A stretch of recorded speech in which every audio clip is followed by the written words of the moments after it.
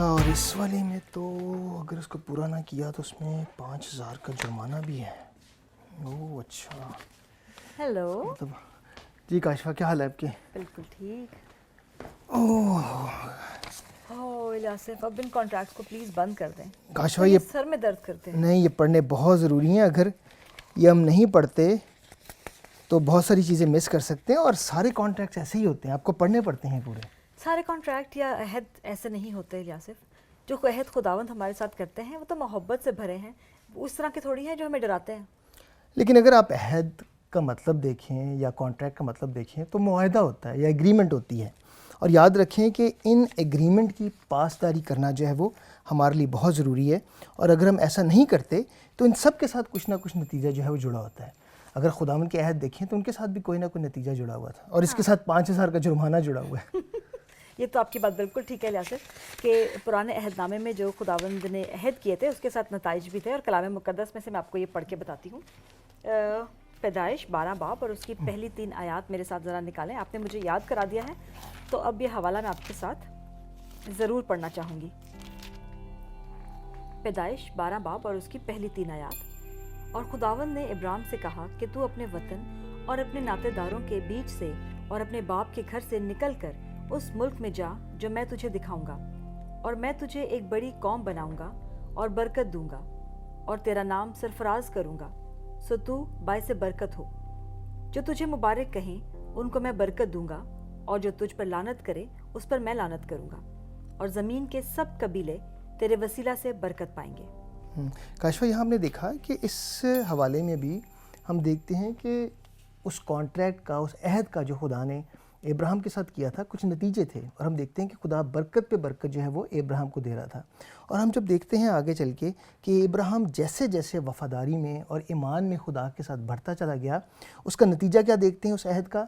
हम नतीजा ये देखते हैं कि हमारी नजात का जो काम है, नजात का जो सिलसिला है, वो भी इब्राहिम की नस्ल से हुआ, यानी कि खुदावंद यीशु मसीह के वसीले से। और इसके लिए मैं एक हवाला आपके सामने पढ़ना चाहता हूँ जो गलतियों 3 बाब और उसकी 16वीं आयत में है। और पौलुस रसूल जो है इस बात की निशानदही करते हैं। गलतियों 3 बाब और उसकी 16वीं आयत में ये लिखा है, बस इब्राहिम और उसकी नस्ल से वादा किए गए वो ये नहीं कहता कि नस्लों से, जैसा बहुतों के वास्ते कहा जाता है, बल्कि जैसा एक के वास्ते कि तेरी नस्ल को, और वो यीशु है। और इलियासिफ, हम देखते हैं कि खुदावंद यीशु मसीह के वसीले से हम खुदा बाप के साथ एक नए अहद में शामिल हो जाते हैं। और इसके लिए भी मैं एक हवाला आपके सामने रखना चाहता हूँ जो कि इब्रानियों उसका 12वां बाब और उसकी 24वीं आयत में मिलता है हमें। और मैं ये हवाला आपके सामने पढ़ता हूँ। इब्रानियों उसका 12वां बाब और उसकी 24वीं आयत में यूँ लिखा है, और नए अहद के दरमियानी यीशु और छिड़काव के उस खून के पास आए हो जो हाबिल के खून की निस्बत बेहतर बातें कहता है। इलियासिफ, ये नया अहद पुराने अहद से कुछ मुख्तलिफ नहीं है? मुख्तलिफ है, लेकिन हम बहुत सारी बातों में हम देखते हैं कि पुराने अहद में और नए अहद में मुशाबत भी हैं। और सबसे बढ़कर हम ये देखते हैं कि खुदा पुराने अहदनामे में और नए में अपने लोगों के साथ, अपने बंदों के साथ वफ़ादारी के साथ चलता रहा। हम देखते हैं कि पुराने अहदनामे में भी जब लोग ईमान लाते थे, उसी ईमान से उन्हें रास्त पास ठहराया जाता था।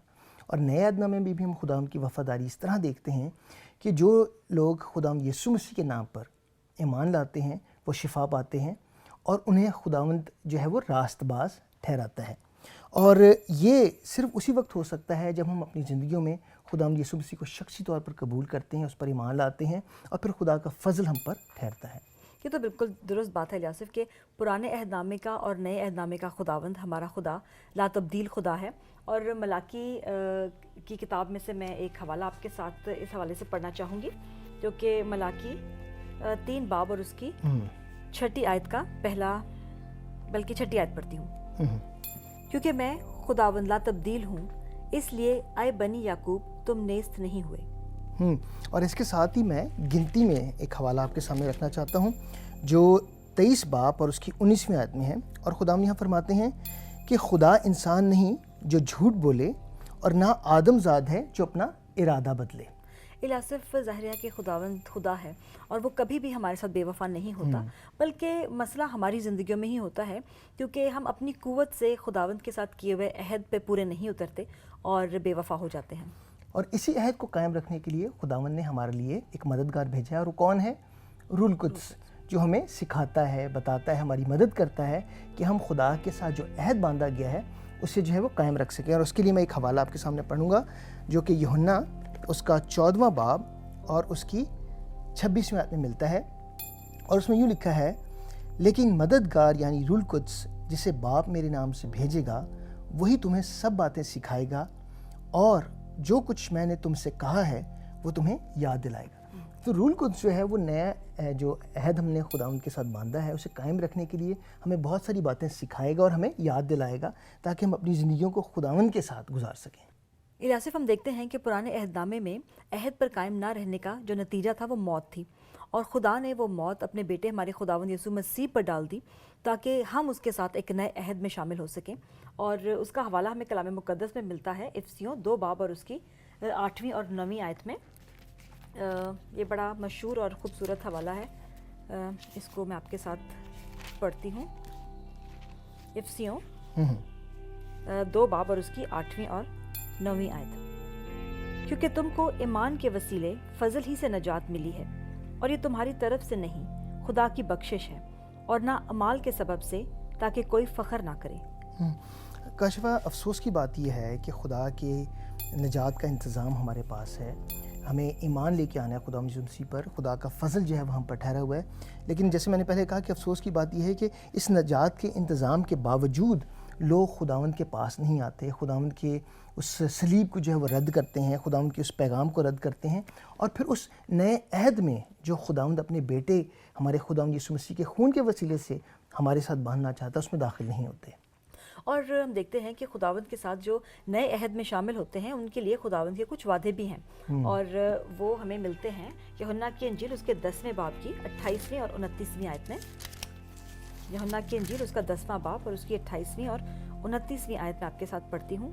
اور میں انہیں ہمیشہ کی زندگی بخشتا ہوں، اور وہ ابد تک کبھی ہلاک نہ ہوں گے، اور کوئی انہیں میرے ہاتھ سے چھین نہ لے گا۔ میرا باپ جس نے مجھے وہ دی ہیں سب سے بڑا ہے، اور کوئی انہیں باپ کے ہاتھ سے چھین نہیں سکتا۔ کاشفہ، یہ آیت کتنی خوبصورت ہے کہ خداوند کا وعدہ ہمارے لیے کتنا مضبوط ہے کہ خداوند یسوع مسیح کہتے ہیں کہ اسے کوئی میرے ہاتھ سے چھین نہیں سکتا، اور پھر خدا کے ہاتھ سے کوئی چھین نہیں سکتا۔ تو ہم خدا کے قوی ہاتھوں میں اس طرح محفوظ ہیں کہ کوئی ہمیں خدا کے ہاتھ سے چھین نہیں سکتا۔